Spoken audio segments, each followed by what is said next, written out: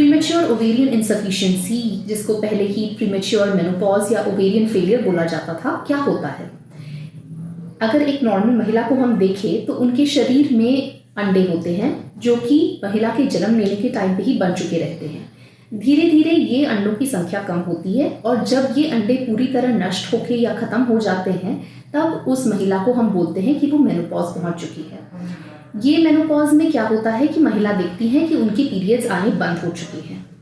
Premature ovarian insufficiency या premature menopause में क्या होता है कि काफ़ी उम्र छोटी होने के बावजूद इन महिलाओं के अंडे काफ़ी कम हो रखे होते हैं और उनके पीरियड्स इरेगुलर होने लगते हैं और उनके फर्टिलिटी इश्यूज भी आ जाते हैं।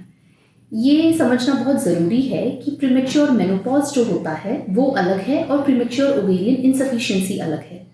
प्रीमेच्योर मेनोपॉज तब बोला जाता है जब महिला के शरीर के सारे अंडे खत्म हो चुके हैं और वो कभी वापस नहीं आएंगे और कोई अंडे नहीं बचे हुए हैं और वो पूरी तरह मेनोपॉजल वुमेन बन चुकी हैं। प्रीमेच्योर ओवेरियन इनसफिशिएंसी में लेकिन अंडों की क्षमता काफ़ी कम हो जाती है, नंबर्स काफ़ी कम रहते हैं, लेकिन वो अभी तक पूरी मेनोपॉजल नहीं हुई है। ये अंतर जानना काफ़ी ज़रूरी है क्योंकि इसकी वजह से काफ़ी ट्रीटमेंट में डिफरेंसेस आ सकते हैं। प्रीमेच्योर ओवेरियन इनसफिशिएंसी एक ऐसी कंडीशन है जिसमें महिला के शरीर में जो अंडे होते हैं वो उम्र के हिसाब से काफ़ी जल्दी ख़त्म हो जाते हैं और उनकी क्वालिटी गिरने लगती है। अगर हम देखें एक नॉर्मल महिला के शरीर में अंडे होते हैं उनके ओवरीज में। नॉर्मली जब एक महिला जैसे उम्र में बढ़ती जाती है इन ओवरीज के अंदर जो अंडे हैं वो धीरे धीरे कम होने लगते हैं और फिर एक स्टेज पे पहुंच के सारे अंडे खत्म हो जाते हैं, जिसके बाद ओवरीज का फंक्शन पूरा खत्म हो जाता है। इस स्टेज को मेनोपॉज बोला जाता है। नॉर्मली देखा गया है कि औरतों की एवरेज एज मेनोपॉज पे 45 से लेके 50 के बीच में होती है। इस समय पे कोई भी अंडे नहीं बचे रहते हैं और महिला अपने पीरियड्स और नहीं पाती हैं और उनकी प्रेग्नेंट होने की क्षमता पूरी बंद हो जाती है। प्रीमेच्योर ओवेरियन इनसफिशिएंसी में महिलाओं की ये जो डेवलपमेंट होती है जिसमें अंडे कम होते हैं ये काफ़ी तेज़ी से होने लगती है, जिसके कारण 40 की उम्र से पहले ही अंडों के नंबर्स और क्वालिटी काफ़ी कम हो जाते हैं। एक चीज़ जो समझना ज़रूरी है वो है प्रीमेच्योर मेनोपॉज और प्रीमेच्योर ओवेरियन इनसफिशिएंसी अलग अलग चीज़ें हैं। प्रीमेच्योर मेनोपॉज में क्या होता है कि पूरी तरह से ओवरीज में जितने भी अंडे हैं वो पूरे नष्ट या ख़त्म हो चुके हैं और ये महिला और कभी पीरियड्स नहीं लाएंगी और उनके ओवरीज में कोई अंडे नहीं बचे हुए हैं।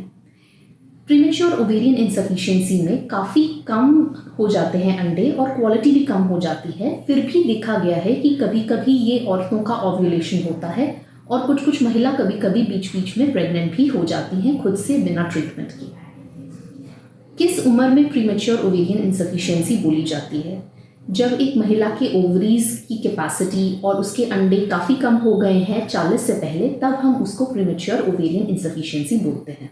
जिन महिलाओं को प्रीमेच्योर ओवेरियन इनसफिशिएंसी है उनके साइंस या फिर क्या क्या प्रॉब्लम्स होती हैं उनके बारे में बात करते हैं। सबसे पहले ये महिला देखना शुरू करेंगी कि उनके पीरियड्स इरेगुलर हो रहे हैं। जैसे कि हम जानते हैं जैसे महिलाएं मेनोपॉज के पास जाती रहती हैं उनके पीरियड्स इरेगुलर हो जाते हैं और प्रीमेच्योर ओवेरियन इनसफिशिएंसी वाले पेशेंट्स को भी यही प्रॉब्लम्स होती हैं। वो नोटिस करते हैं कि खुद से उनके पीरियड्स आते नहीं हैं हर महीने, 3-4 महीनों के बाद शायद पीरियड आ जाए या फिर बिल्कुल भी नहीं आते हैं जब तक कि वो गोलियां ना ले।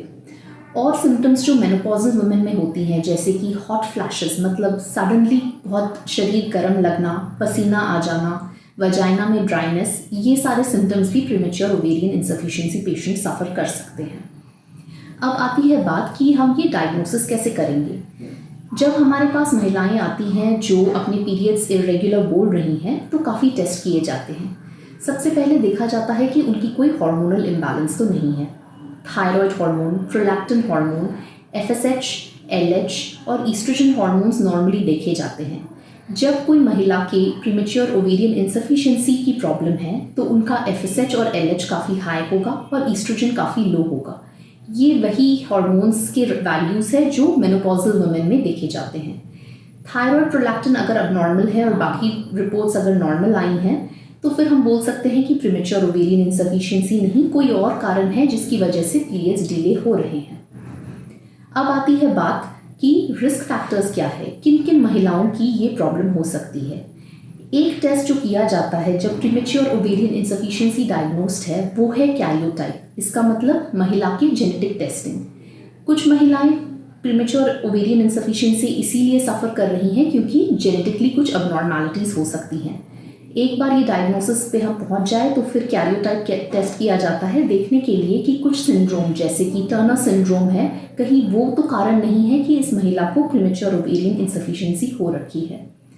कुछ महिलाएं जिनकी ऑटो एंटीबॉडीज़ हैं, यानी कि इम्यून कंडीशंस जिसमें इम्यून सिस्टम अपनी शरीर को खुद ही अटैक करने लगता है, उसमें भी प्रीमेच्योर ओवेरियन इंसफिशिएंसी हो सकती है। ऐसी महिलाओं को थायराइड इश्यूज हो सकते हैं। एडिसन्स डिजीज़ एक ऐसी कंडीशन है जिसमें प्रीमेच्योर ओवेरियन इंसफिशिएंसी भी देखी जाती है। कारण इसमें ये होता है कि शरीर में जो एंटीबॉडीज़ है, जो नॉर्मली शरीर के बाहर से आने वाली चीज़ें जैसे कि बैक्टीरिया या वायरसेस को अटैक करना चाहिए, वो किसी गलती के कारण अपने ही शरीर को अटैक करने लगता है। इन महिलाओं के शरीर में जो एंटीबॉडीज़ है वो ओवरीज को अटैक करके एग नंबर्स और एग क्वालिटी को कमा देती हैं।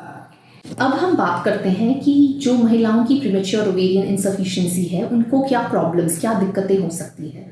सबसे पहले क्योंकि पीरियड्स रेगुलरली नहीं आ रहे हैं, क्योंकि एग नंबर्स और एग की क्वालिटी ठीक नहीं है, उनकी प्रॉब्लम्स होंगी कि वो कंसीव करने में डिफ़िकल्टी पा सकती हैं। जैसे कि लेकिन मैंने आपको समझाया, प्रीमेच्योर मेनोपॉज से ये अलग है क्योंकि कभी कभी देखा गया है कि ओव्यूलेशन होती है और कभी कभी प्रेगनेंसी भी खुद से आ सकती है। लेकिन ये समझना ज़रूरी है कि एक नॉर्मल मेंस्ट्रुएटिंग महिला से, मतलब जिनके नॉर्मल रेगुलर पीरियड्स है, उनके कंपैरिजन में ये महिलाओं को प्रॉब्लम्स हो सकती है कंसीव करने में। साथ ही साथ क्योंकि हार्मोन्स ऐसे हैं जो मेनोपॉजल महिलाओं में होते हैं, तो उसकी वजह से हड्डियाँ कमज़ोर हो जाती हैं, हार्ट प्रॉब्लम्स होने के चांसेस ज़्यादा रहते हैं। अब आती है बात कि हम इसको ट्रीट कैसे करेंगे। अगर कोई महिला है जिसकी फैमिली कंप्लीट हो चुकी है, वो लकी है कि उन्होंने अपनी फैमिली पहले कंप्लीट कर ली और फिर उनको प्राइमरी ओवेरियन इंसफिशिएंसी का डायग्नोसिस मिला है, तो फिर उनको बस रेगुलर पीरियड्स लाने के लिए, उनके हार्मोन्स को मेंटेन करने के लिए हम हार्मोनल गोलियां दे सकते हैं। काफ़ी बार लेकिन इतनी यंग एज में ये प्रॉब्लम हो जाती है जब तक कि महिला ने अपनी फैमिली प्लानिंग शुरू नहीं की थी। ऐसे केस में ये महिलाओं को काफ़ी बार IVF ट्रीटमेंट में जाने की ज़रूरत पड़ सकती है, और IVF से भी अगर वो खुद के अंडों से कोशिश करें तो शायद वो ना कंसीव करें, और इस सिनारियो में उनके लिए बेस्ट ऑप्शन होगा कि वो एग डोनेशन के लिए चले जाए। लेकिन जैसे कि मैंने समझाया, ये इम्पॉर्टेंट है समझना कि कभी कभी खुद से भी प्रेगनेंसीज आ सकती हैं। अगर कोई महिला ऐसी है जिनको प्रीमेच्योर ओवेरियन इंसफिशिएंसी बोला गया है और उनकी फैमिली कंप्लीट हो चुकी है, तो उनको ये नहीं लगना चाहिए कि अभी मेरी प्रेगनेंसी फिर से कभी नहीं आएगी और वो कॉन्ट्रासेप्शन के लिए ना प्लान करें। अगर आपकी फैमिली कंप्लीट है तो प्लीज़ कॉन्ट्रासेप्शन यूज़ करें, नहीं तो आपकी ऐसी प्रेगनेंसी आ जाएगी जो आप कंटिन्यू नहीं करना चाहते। IVF में अगर खुद के एग से कोशिश करना चाहें तो फिर ये संभव है, लेकिन आपको समझना पड़ेगा कि चांसेस काफ़ी लो हो सकते हैं। एग डोनेशन से ये चांसेस एकदम बेहतरीन हैं। आपके चांसेस एक नॉर्मल महिला के जितने ही होंगे और आप प्रेगनेंसी कंटिन्यू करने में कोई दिक्कत नहीं पाएंगी। मैं आशा करती हूँ कि इस वीडियो से आपको प्राइमरी ओवेरियन इंसफिशिएंसी के बारे में समझ में आ गया हो। अगर कोई और टॉपिक है जो आप चाहते हैं कि जिसके बारे में मैं बात करूँ, तो फिर मुझे कमेंट्स में लिखिए, तो उसके बारे में हम एक और वीडियो बना देंगे। Thank you.